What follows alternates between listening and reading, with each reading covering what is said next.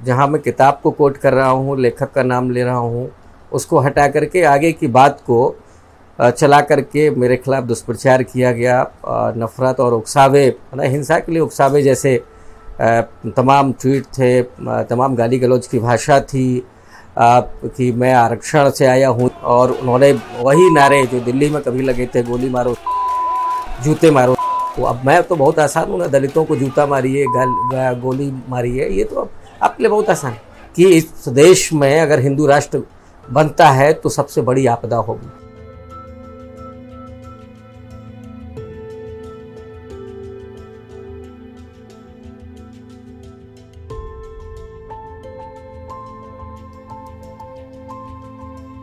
सत्य हिंदी पर एक बौद्धिक बहस में जो चर्चाएं होती हैं उसी में मैं शामिल था, और ज्ञानवापी मस्जिद को लेकर के जो मामला चल रहा था, तो उसी को लेकर के कि भारतीय जनता पार्टी की राजनीति को इससे ताकत मिलेगी क्या, इसी मुद्दे पर हम लोग बात कर रहे थे। तो उसी में मैंने काशी विश्वनाथ मंदिर के औरंगजेब के द्वारा तोड़े जाने का और वहाँ पर ज्ञानवापी मस्जिद के बनाए जाने के एक कहानी का जो दर्ज किया है पट्टाभी सीतारामैया ने, कांग्रेस के बड़े लीडर रहे हैं, इतिहासकार हैं।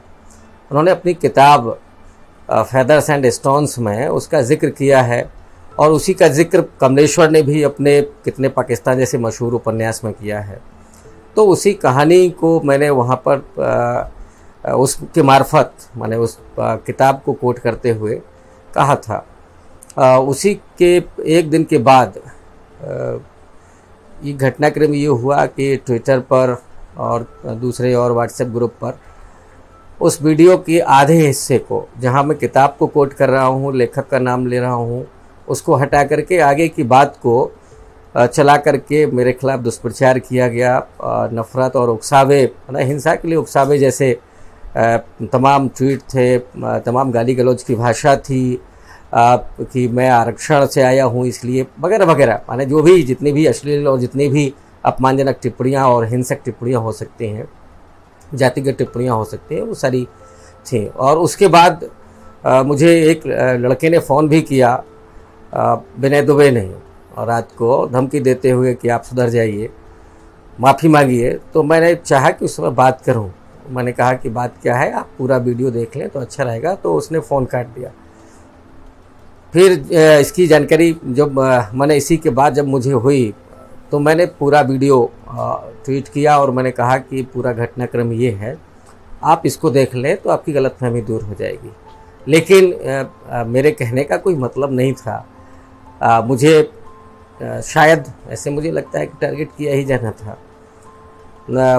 फिर भी मैंने दूसरे दिन जब मैं क्लास के लिए गया हूँ तो उसी बीच में मुझे ऐसे लगा कि अपना स्पष्टीकरण मुझे दे देना चाहिए। मैंने प्रोक्टर महोदय को एक वीडियो जारी करके मैंने उस पूरे घटनाक्रम के बारे में बताया, और जो मुझे जिस तरह की चेतावनियाँ मिल रही थी वो भी मैंने बताया। और उसमें मैंने ये भी कहा कि घटनाक्रम ये था, और अगर किसी को भावनाएं आहत हुई हैं तो मैं खेद प्रकट करता हूँ। फिर जब मेरी क्लास ख़त्म हो गई 12:05 के बाद मैं अपने विभाग की तरफ गया हूँ, तो वहाँ बहुत सारे लड़के, मतलब करीब 70-80 या 100 तक होंगे, मैं थोड़ा सा दूर से देख पा रहा था। तो वो नारेबाजी कर रहे थे। जैसे ही मैं पहुँचा तो मेरी तरफ दौड़े, और उन्होंने वही नारे जो दिल्ली में कभी लगे थे, गोली मारो जूते मारो। अब मैं तो बहुत आसान हूँ ना, दलितों को जूता मारिए, गोली मारिए, ये तो आपके लिए बहुत आसान।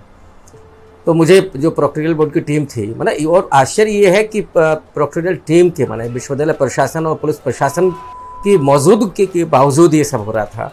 मुझे कहा गया कि आप यहाँ से हट जाइए, तो मैं चला गया प्रोक्टर ऑफिस में, जाके बैठ गया। तो वहाँ लड़के पहुँच गए, और फिर उसके बाद मैं जब अंदर था, प्रोक्टोरियल बोर्ड के लोग थे, तो मुझसे कहा गया कि आप स्पष्ट कर दें और माफ़ी मांग लें। तो मैंने आकर के वो बात को रखा कि इशू पूरा क्या है, मैं क्या बोला हूँ, आप पूरा देखिए उसको। और मैंने ये भी कहा कि अध्यापक और विद्यार्थी के बीच तो संवाद की परंपरा होती है, हम लोग विमर्श करते, बहस करते तो ज़्यादा अच्छा रहता। मैं भी कुछ सीखता अपने विद्यार्थियों से, अध्यापक सिर्फ सिखाता ही नहीं, सीखता भी है। तो और विश्वविद्यालय इसी से समृद्ध होते हैं। फिर भी मैंने आखिरी में ये कहा कि बावजूद इसके अगर आपको कहीं भावनाएं आहत होती हैं तो मैं खेद प्रकट करता हूँ। तो मैं अंदर चला गया उसके बाद, लेकिन फिर एक और उसी में से मैं चूँकि अब अंदर था, अकेला था, तो मैं नहीं कह सकता, दरवाज़ा पीटा गया। तो मुझे उस समय डर लग रहा था, जब मैं अंदर था, अकेला था। तो मैंने वहीं बैठ कर के फेसबुक पर लिखा कि ऐसे लग रहा है कि जैसे ABVP के ये जो लड़के हैं, और उसमें कुछ बाहरी तत्व भी थे, ये सिर्फ ABVP के यहाँ के स्टूडेंट्स नहीं थे। और मुझे तो ताज्जुब है कि अभी तक प्रशासन ने उन लड़कों को चिन्हित नहीं किया है कि वो कौन हैं। वो विश्वविद्यालय के हैं, वो सारे वीडियो में उपलब्ध हैं, वो सोशल मीडिया पर है। तो जिस समय ये हो रहा था तो मैंने फेसबुक पर इस बात को लिखा कि मुझे लिंचिंग का डर लग रहा है। फिर दोबारा मुझे कहा गया कि उनको लड़कों को शांत किया गया बाहर। फिर लोग अंदर आए, उन्होंने कहा कि भाई आप फिर से एक बार और जा कर के और अब थोड़ा माफ़ी मांग लीजिए, अभी आपने खेद प्रकट किया। तो मैं ये सोच करके कि चलिए किसी तरीके से मामला शांत हो, मैं फिर गया। फिर मैंने अपनी बात रखी और मैंने ये कहा कि मैं तो बाबा साहब की विचारधारा को मानने वाला हूँ, मैं दलित समुदाय से आता हूँ, इसलिए आप मुझे अगर दबाना चाहते हैं, मेरी अभिव्यक्ति को, आज़ादी को दबाना चाहते हैं, और आप चाहते हैं कि मैं क्षमा मांगूँ, तो मैं क्षमा भी मांगूँ। देखिए, शिक्षण संस्थाओं को बर्बाद करना, विद्यार्थियों को पढ़ने नहीं देना और इसके बाद इनको एक सस्ता मजदूर बना देना, ये जो पूंजीवाद और हिंदुत्व की राजनीति का जो गठजोड़ है, वो विश्वविद्यालय को इसीलिए ख़त्म कर रहे हैं। एक चीज़ मैं और इसी में जोड़ूंगा, रोहित वेमुला के साथ क्या हुआ, वो भी विश्वविद्यालय में हुआ। तो जो बोलेगा, चाहे वो दलित हो, चाहे पिछड़ा हो, आदिवासी हो, या वो सवर्ण ही क्यों ना हो, अगर वो प्रोग्रेसिव है, अगर वो वैज्ञानिक समझ रखता है, वो समता और न्याय की बात करता है, उसे भी सबक सिखा दिया जाता है। 1995 के बाद जिस तरह से OBC का रिजर्वेशन हुआ शिक्षण संस्थानों में, 2005 की बात, सॉरी, उसके बाद जिस तरह से पिछड़ा तबका विश्वविद्यालय में आया है, उससे जिनकी मोनोपोली होती थी और जो रिजर्वेशन बाबा साहब के द्वारा प्रदत्त जो मिला, उससे अब देखिए एक बड़ी खेप आती है अध्यापकों की भी। समस्या यहाँ है उन विचारधारा के लोगों को जो इस देश में केवल अपना वर्चस्व चाहते हैं, जो इस देश के दलितों को, पिछड़ों को, आदिवासियों को गुलाम बना करके रखना चाहते हैं। उनकी आर्थिक तरक्की, वो जो समता है, जो न्याय और बंधुत्व, ये तो भावना जैसे है ही नहीं।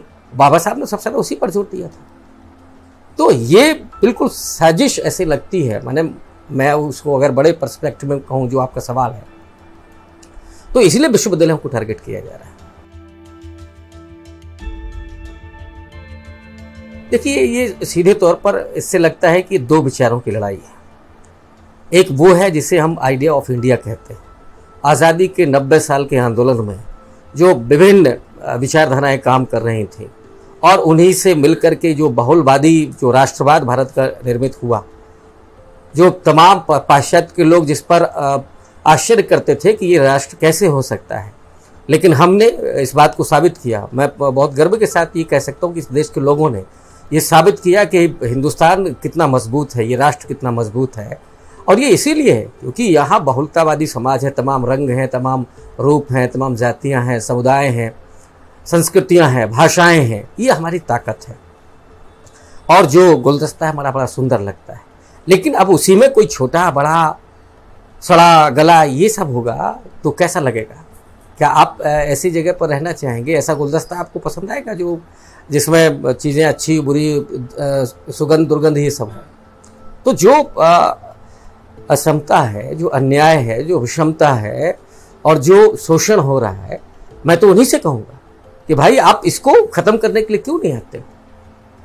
हाथरस में बेटी के साथ बलात्कार होता है या किसी दलित की मूंछ काट दी जाती है, उसको पेशाब पिलाई जाती है, उसको बारात घोड़ी से नहीं वो चढ़ सकता, उस समय आपकी भावनाएं क्यों नहीं आहत होती? वो भी तो हिंदू है ना, आप तो उसे हिंदू कहते हैं। आप तो उस हिंदू को जब उसके साथ कोई अन्याय होता है तो उस समय भी आप खड़े हो उस समय भी आप न्याय की मांग करें तो वो ज़्यादा अच्छा लगेगा। हम समावेशी राष्ट्र बनाएंगे, समावेशी समाज बनाएंगे। लेकिन उनकी तत्काल हुई, जबकि मुझे उस समय उसी दिन आश्वासन मिला था कि आप घर जाइए, मामला शांत हो गया है।